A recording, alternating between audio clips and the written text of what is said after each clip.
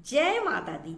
मैं हूं हेमा भारती और आप देख रहे हैं मेरा चैनल माँ हेमा चैनल। तो फ्रेंड्स, एक और नए वीडियो में बहुत बहुत स्वागत है आप सबका। उम्मीद करती हूँ कि आप सब स्वस्थ होंगे, मस्त होंगे और जहाँ कहीं भी होंगे बहुत खुश होंगे। और हमेशा की तरह माता रानी की कृपा से मैं भी बहुत खुश हूँ। तो चलिए फ्रेंड्स, इस वीडियो में जानते हैं कि आखिर वो कौन सा जगह है, स्थान है, या फिर हम कह सकते हैं कि धाम है जहां हमें बार बार जाना चाहिए। अगर आप बार बार नहीं जा सकते हैं तो अपने जीवन काल में एक बार अवश्य जाएं। तो आखिर वो कौन सा जगह है जिसे हमें जरूर जाना चाहिए अपने जीवन में, और वहां जाकर के हमें परम परमात्मा की प्राप्ति हो सकती है। तो चलिए जानते हैं इस वीडियो में।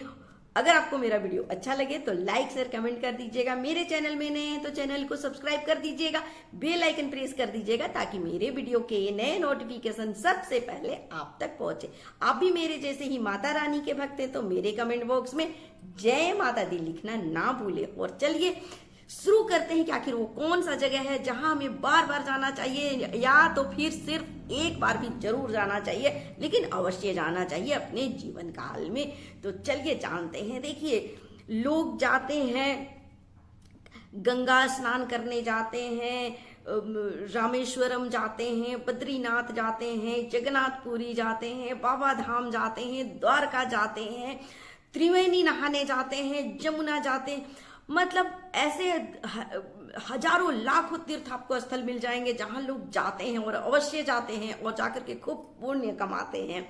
लेकिन कहा जाता है ना कि कितना भी आप तीर्थ व्रत कर ले, तपस्या कर ले, कुछ भी पूजा पाठ कर ले, लेकिन आपको परम परमात्मा ईश्वर नहीं प्राप्त हो सकते हैं जब तक कि आप उस शक्ति को नहीं पहचान जाते हैं। देखिए, ऐसे तो हमेशा हमें अपना धर्म कर्म करना ही चाहिए। जब भी हम कर्म करते हैं उसे धर्म के साथ अगर करते हैं तो हमें भगवान की प्राप्ति जरूर होती है। उस परम पिता परमेश्वर जो शक्ति है उसे हम जरूर पाल लेते हैं। लेकिन अगर आपको कोई ज्ञान नहीं है, आप कर्म कर रहे हैं लेकिन आपसे मतलब धर्म नहीं बन पा रहा है, या आपको कुछ ज्ञान नहीं, आप कुछ भी नहीं जानते हैं, और ऐसी स्थिति में आपको मतलब अंदर से एक उठते रहता है कि मैं कहाँ जाऊं, किधर जाकर के मैं उस शांति को पाऊं, कहाँ मुझे आनंद मिलेगा, मैं कौन सा ऐसा कर्म करूं, धर्म करूं जिससे कि मुझे भगवान की प्राप्ति होगी। और हम संसार में ना जाने कहाँ कहाँ भटकते रहते हैं,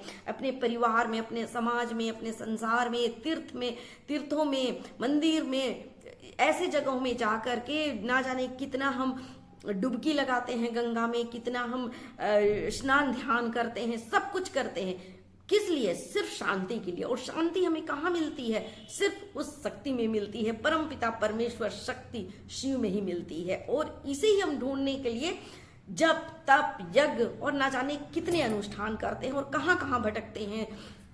संसार में हर जगह जाते हैं, पर्वत में, पहाड़ में, मैदान में, नदी तालाब, हर जगह जाकर के स्नान ध्यान पूजा प्रार्थना करते हैं और उस शांति को ढूंढते हैं, लेकिन कहीं नहीं मिलता है। इतना तक कि हम द्वारका, बद्रीनाथ, केदारनाथ, जगन्नाथ और ऐसे ना जाने कितने ही तीर्थ स्थल है जहां हम जाते हैं और हम ढूंढते रहते हैं शांति को, लेकिन हमें शांति कहीं नहीं मिलती है। क्योंकि जो एक जगह है जहां हमें जाना चाहिए वहां तो हम जाते ही नहीं है। और उस जगह में अगर आप चले गए तो आपका मन जो है बार बार वहीं जाने का मन करेगा। तो आखिर वो कौन सा जगह है? चलिए मैं जल्दी से बताती हूँ। तो वो है चारों धाम के 100 लाखों करोड़ों हजारों, जो भी आप अंक बोलना चाहते हैं बोल सकते हैं, उसकी बराबरी नहीं कर सकता है जो एक धाम है, वृंदावन धाम। तो वृंदावन धाम ही एक ऐसा तीर्थ है, ऐसा धाम है जहां पर आपको अपने जीवन काल में जरूर एक बार जाना चाहिए, या फिर इस धाम में आपको बार बार जाना चाहिए।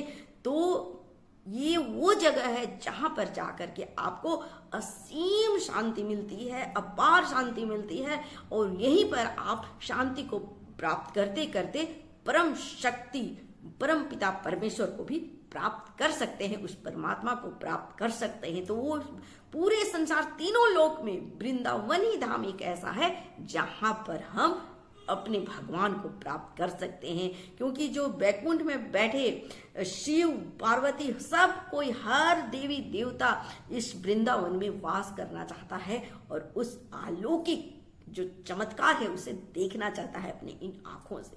सबको पता है कि वृंदावन के निधिवन धाम में संध्या काल होते ही पशु पक्षी जितने सब कुछ है सब कुछ वहां से चले जाते हैं, क्योंकि कहा जाता है कि कृष्ण भगवान जी अपने 1108 रानियों के साथ और खुद अपनी राधा महारानी के साथ रास करते हैं, गोपियों के साथ रास करते हैं।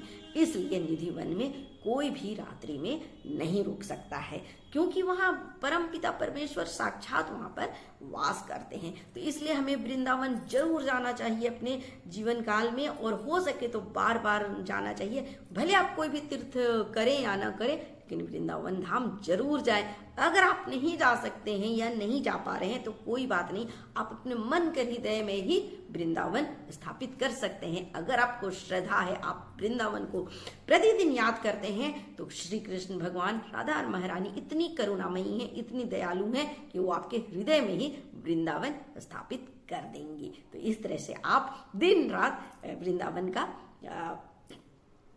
दर्शन कर सकते हैं, चिंतन कर सकते हैं, और राधा रानी परम शक्ति मान जो कृष्ण है, राधा है, उनका आप दर्शन कर सकते हैं और उनको प्राप्त भी कर सकते हैं। तो ये थे वृंदावन धाम, जहां हमें बार बार जाना चाहिए, अपने जीवन काल में एक बार जरूर जाना चाहिए। तो चलिए फ्रेंड्स, इसी के साथ मैं अपना वीडियो अंत करती हूँ। अगले वीडियो में नए विषय के साथ फिर मिलती हूँ। तब तक के लिए मुझे आज्ञा दीजिए। जय माता दी।